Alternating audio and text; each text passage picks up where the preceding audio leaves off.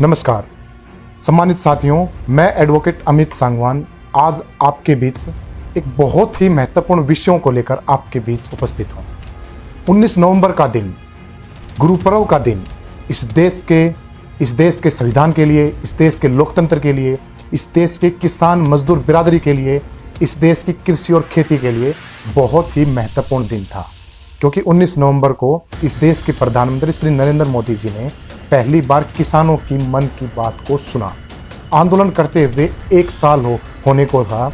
देश के किसानों की एमएसपी की गारंटी और काले कानूनों की वापसी की पहली मांग, कानूनों की वापसी की बात को देश के प्रधानमंत्री ने सुना और कानूनों की वापसी की बात की। सम्मानित साथियों, मैं समझता हूं कि हमारी यह आंदोलन की पहली व सबसे बड़ी जीत को हमें आज इस आंदोलन के दौरान शहीद हुए 750 किसानों को, लखीमपुर में कुचले गए हमारे किसानों को, सैकड़ों बार सिर में लाठी खाने वाले किसानों को, व सैकड़ों हजारों मुकदमे झेलने वाले किसानों को हमें यह जीत समर्पित करनी चाहिए। अगर आज हमारी यह जीत पहली, इस आंदोलन के पड़ाव की पहली जीत हुई है, तो तमाम उन साथियों की यह जीत है। लेकिन विषय इस बात का है कि इसी जीत के साथ हमारा यह आंदोलन खत्म नहीं हो रहा, बल्कि इस आंदोलन को हमें पुनर्जीवित करना है और पुरजोर तरीके से जीवित करना है, क्योंकि एमएसपी की गारंटी की मांग भी उतनी ही महत्वपूर्ण थी जितनी महत्वपूर्ण इन कानूनों की वापसी की बात थी।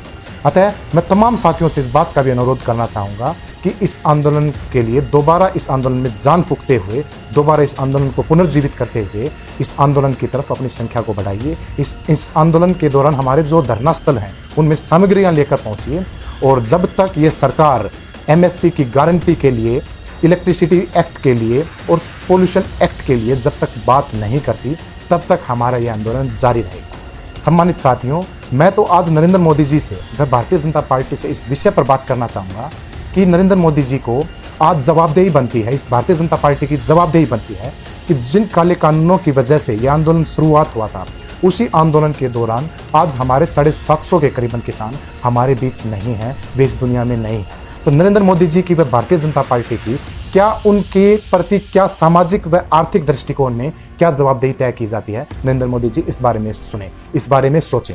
उसके अलावा इस आंदोलन के दौरान, इस आर्थिक आज़ादी के इस आंदोलन के दौरान करीबन हरियाणा व पंजाब में 55,000 अज्ञात मुकदमे दर्ज किए गए हैं, करीबन 1000 नामजद एफआईआर की गई है, करीबन अलग अलग 200 एफआईआर अलग अलग हरियाणा व पंजाब के जिलों में रजिस्टर की गई हैं, 2 देशद्रोह के मुकदमे दर्ज किए गए हैं। सम्मानित साथियों, अगर आंदोलन ना होता तो ये मुकदमे भी ना होते, तो सरकार को इन मुकदमों की वापसी की भी बात करनी पड़ेगी। इन मुकदमों के जो झूठे मुकदमे दर्ज किए गए हमारे किसानों पर, वो भी वापसी करने पड़ेंगे। उसको भी एक मुख्य एजेंडे के तौर पर सरकार को इस बारे में विचार करना होगा।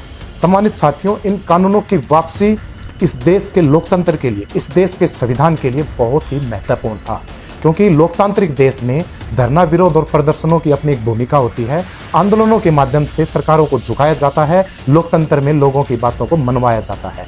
मैं समझता हूं कि अलग अलग मंचों के माध्यम से और अलग अलग मीडिया के माध्यम से हमने बार बार कहा था कि इस सरकार का संसद में बहुमत हो सकता है, ये कोई भी काला कानून ले आइए, सरकार का संसद में बहुमत है, ये कोई भी काला कानून पास कर दें, लेकिन हम सड़कों पर अपना बहुमत साबित करेंगे, हम सड़कों पर आंदोलन करेंगे। और आज साथियों, हमारे सड़कों के आंदोलन ने ही, सड़कों पर बहुमत साबित करने पर ही आज बीजेपी जैसी तानाशाह सरकार को झुकना पड़ा।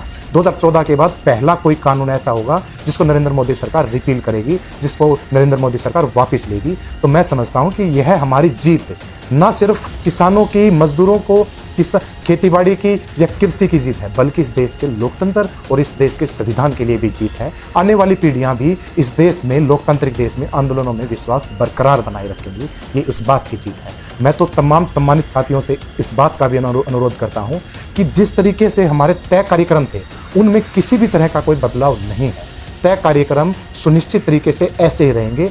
आने वाली 24 तारीख को, जैसे दीनबंधु सर छोटूराम जी की जन्म जयंती है, वो दीनबंधु सर छोटूराम जी जिन्होंने संयुक्त पंजाब के किसानों और मजदूरों के हितों की बात की, उस वक्त भी वो एमएसपी जैसे कानूनों की पुरजोर तरीके से मांग किया करते थे। एमएसपी जैसे कानूनों की पुरजोर तरीके से अंग्रेजों के खिलाफ मांग किया करते थे।